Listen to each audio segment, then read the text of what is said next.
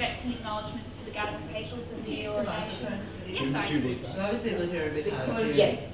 We can just hear you. Okay, I will Works. do my very best. I'm just shouting if I'm not loud enough. So yeah, as I was saying, paying respects to the Gadigal peoples of the Eora Nations.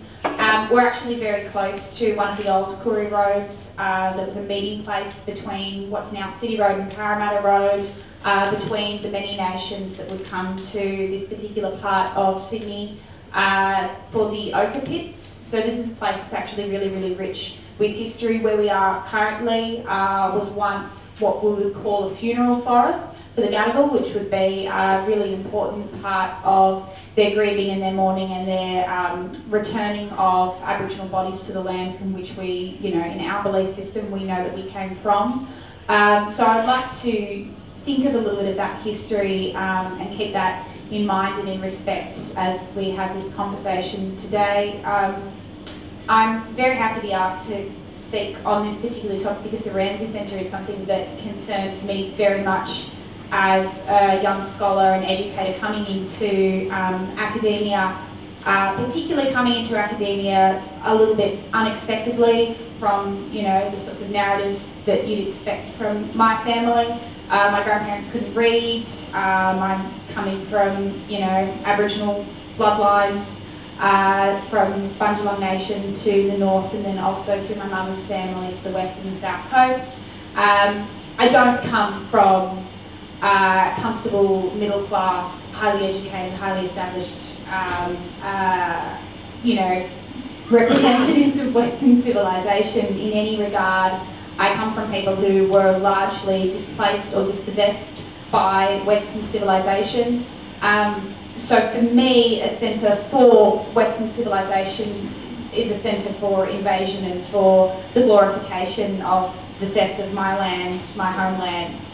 But when I talk about the Ramsay Centre, I do try to contextualise that in my role as an academic and as somebody who is, employed by an institution which is a part of the same textures of intellectualism that the Ramsay is itself caught up in. So I just thought I'd talk a little bit about how I'm approaching my position on the Ramsay Centre, not only as an Indigenous scholar but also as a casual academic, currently sort of working between an Indigenous Studies major. We don't have a department at the University of Sydney, and I will talk about the significance of that in a second. I also do work in English, which I think is something that I'll talk about in terms of the Great Books proposal that's a part of the Ramsay Centre. But I'm also a research assistant for the Jindola project, which seeks to embed Indigenous knowledges into teaching and learning and research practices at the University of Wollongong, which of course is entangled in a lot of struggle over the Ramsay Centre at present. They just had another meeting with their Senate yesterday and it's not looking good. So unfortunately the council has decided to overturn the objections from the academic senate, that they were not consulted about this proposal, that they were not brought into the decision about whether the university should be receiving funding from the Ramsay Centre to set up, this Bachelor of Western Civilization for Western Civilization, or whatever framing they particularly are interested in at the time. So I'm kind of a little bit in and out in the different spaces that the Ramsay Centre is sort of threatening to impose itself, not just at the University of Sydney, but also at the University of Wollongong, where I'm investing a lot of intellectual energy and research into a project that, if successful, could completely transform the ways in which we respect and discuss Aboriginal literatures, not just in Australia, but internationally, but could not ethically proceed, I think, if it were running parallel to the sorts of objectives that the Ramsay Centre is presenting. So I started study at the University of Sydney in 2011. Actually, I think in one of my first or second semester, I actually took one of mixed units and was very confused, but I learnt a lot, just very confused. It's really hard. My father was actually one of the first Aboriginal people to graduate from the University of Sydney in the 1960s. He was on the Freedom Rides with Charlie Perkins. In 2014, I was actually given the Charlie Perkins Memorial Oration Award the same day that the news broke about Barry Spur, the former professor of poetry at the University of Sydney, who it was discovered while he was acting as an advisor on the national curriculum review that was being run by the then Education Minister Christopher Pyne. It was discovered that he'd been sending a series of emails using the university emailing system to other staff and associates, which, among other sorts of very colourful things, said that abos take up way too much space in his leafy suburbs, in the curriculums, in representations. Our acknowledgements of country take up too much space. The singing and the dancing that we do take up too much space. Aboriginal housing in Redfern and in Woollahra take up too much space, which is a running sort of theme that he expressed in very vitriolic language on the university's emailing system, but which he just sort of slightly toned down for his recommendations for the National Curriculum Review when he successfully managed to strip a large amount of Aboriginal content from primary, secondary and tertiary education under the claim that we need to focus more on the texts and the triumphs of the West. So my father was the first Aboriginal educational consultant for New South Wales when they began establishing these curriculums to be teaching Aboriginal content. He worked in communities all across New South Wales using storytelling practices to try to address the devastating effects of substance abuse, and the ice epidemic was emerging at this particular time. So the curriculums and the content of Aboriginal representation are not simply, for me, just representation as an Aboriginal woman, who deserves to be able to see her peoples represented in texts and in education systems, but also deeply personal in terms of my own family's history and in terms of the way that I was raised with these associations and with this particular connection to those curriculums.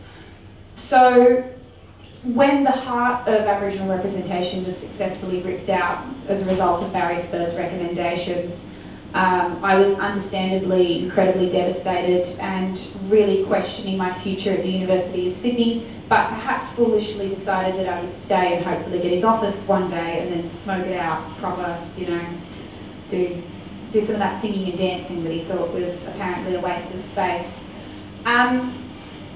Unfortunately, this was not the only issue that we were having at the University of Sydney about Aboriginal representation.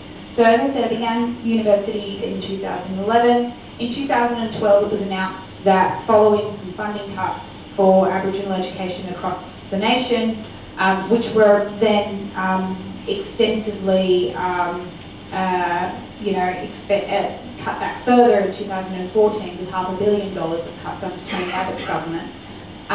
The Career Centre and the units of study that you could take in order to get a career studies degree were going to be cut. So I managed to get as much of them into my degree over the next few years as I possibly could, but unfortunately I was never actually able to successfully get my major because they took away all of the opportunities for me to study my own people at the institution that supposedly, was receiving large amounts of funding for support for its Aboriginal education and representation.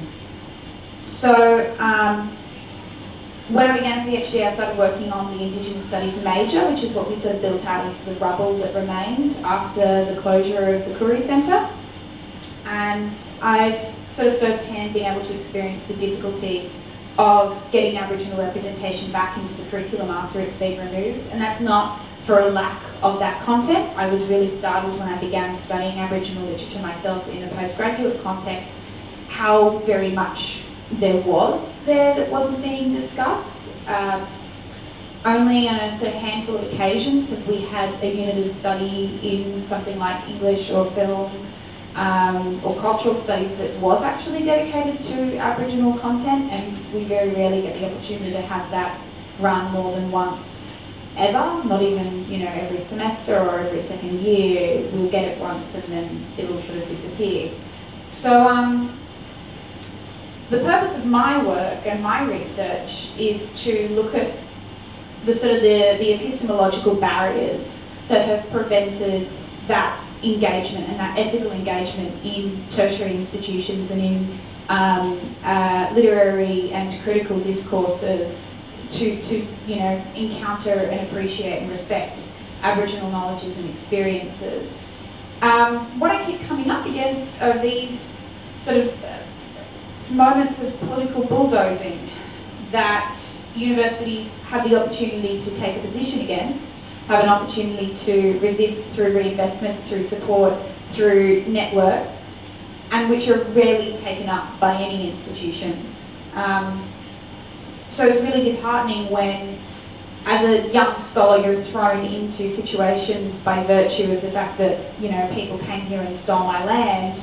I'm now considered an expert in genocide and removals and displacement and dispossession, and I'm required to invest, you know, my blood into the building of these courses that very, very quickly disappear.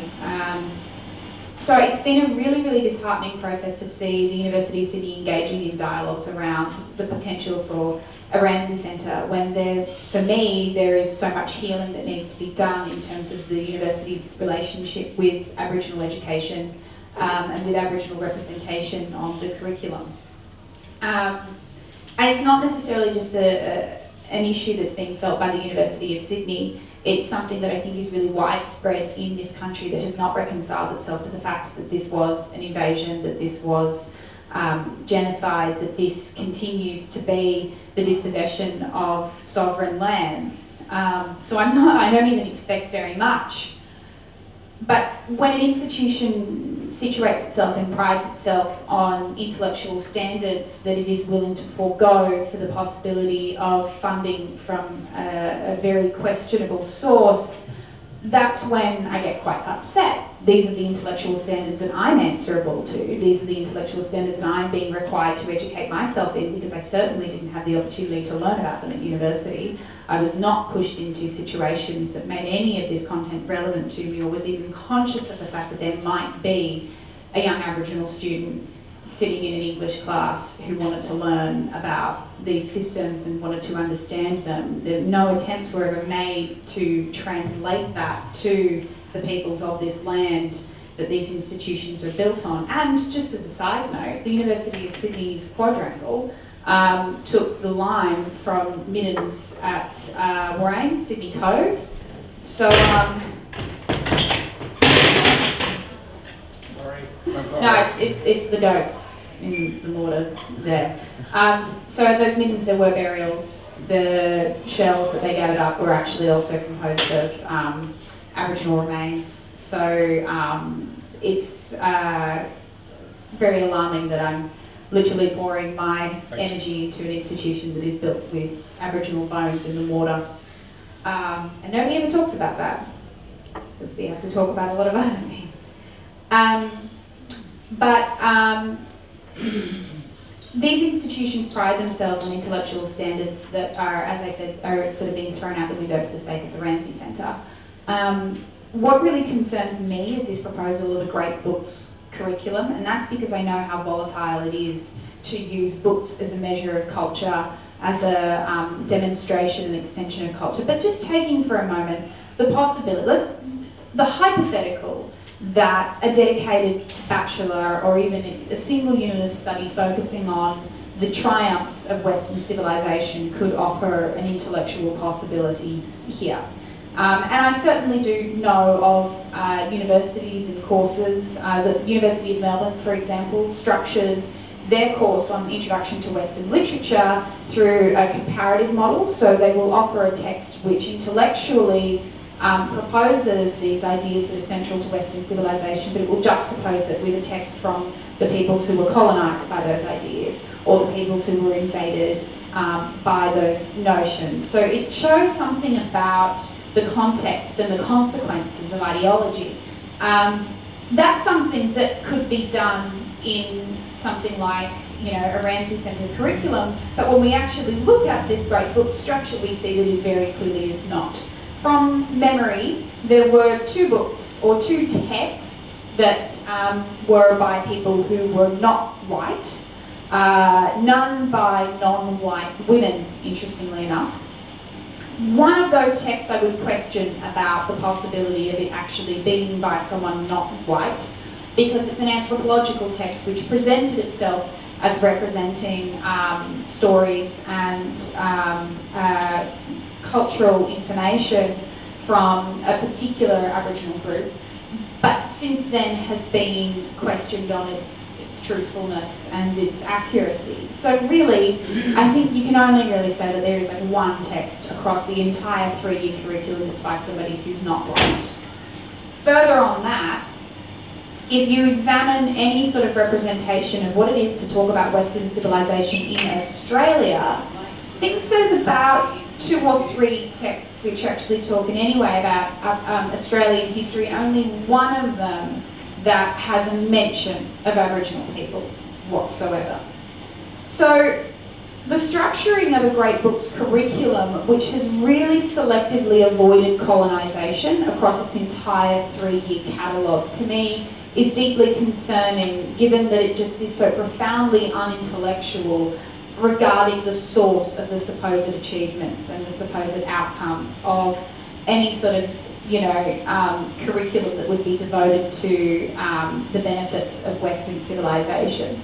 To conceal something that the West has been maintained by for the last 600 years is an act of incredible irresponsibility and anti-intellectualism that defies any sort of argumentation that the Ramsey Centre would be of intellectual benefit for this nation.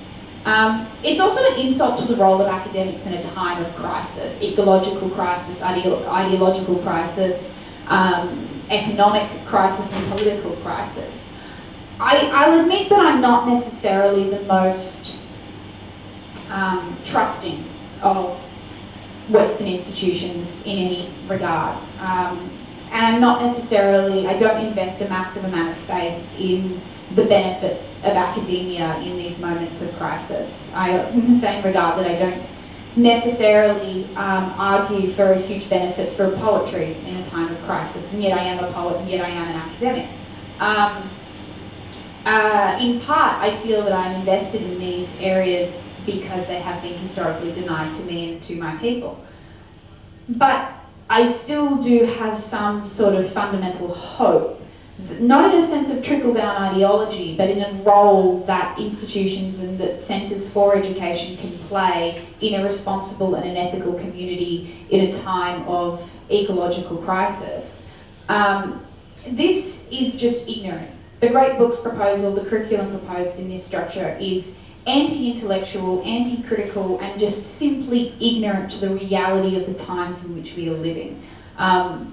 Further on that, all of those texts are currently being taught in institutions such as the University of Sydney anyway. So there's nothing to say that this is a denial of this representation. There's nobody's saying to these potential supporters of a Bachelor of Western Civilization, oh, you take up too much space.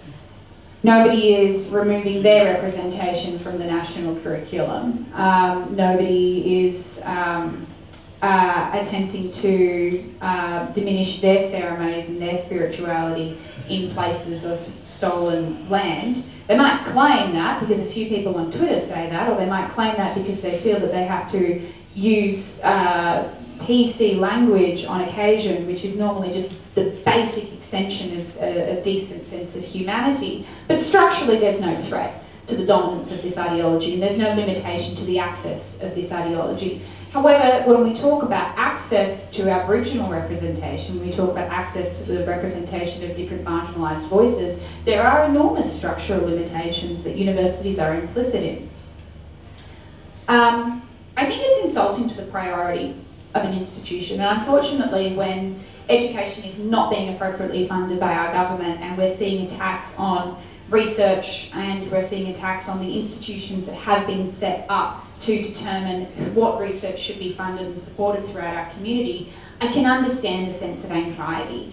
I wouldn't necessarily say that I feel it myself, because I structurally don't feel entitled to that kind of support from an institution. As I said, my father was one of the first Aboriginal people to graduate from an educational institution, sort of like across the board, and that was in the 1960s. It's not an entitlement for me that I feel like I should or I deserve to have my peoples represented in an institution, but when they present that and when they will structure their reputation on the basis of that, it's enormously concerning that those values are so fragile in their foundation that in this time of crisis, instead of taking an active and an agential role against the things that threaten our society, and I wouldn't necessarily say I agree with all aspects of that society, I'm in it, but what can you do? To take a stance which says that we are fragile and that we will go where the money goes is not, I think, the role that an educational institution such as a university should be playing in our community today. So recently the NTU has been forced to back down from its, I don't know if it was at the State of an Appeal yet, but it's claimed that the University of Wollongong refused the due process by not speaking with the Senate and not clearing the Ramsay Centre with the Senate at the University of Wollongong. The whole process there is deeply concerning, the violation of its own processes and own structures for the sake of this private funding. As I said, it's an insult to the intellectual reputation of these institutions, but it's a disrespect to the priority of any education system in this country. Yeah, I suppose that's pretty much all I wanted to say.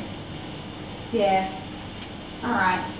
Yeah, so I'm not a fan of the Ramsay Centre. I suppose is really all I need to say there. Thank you.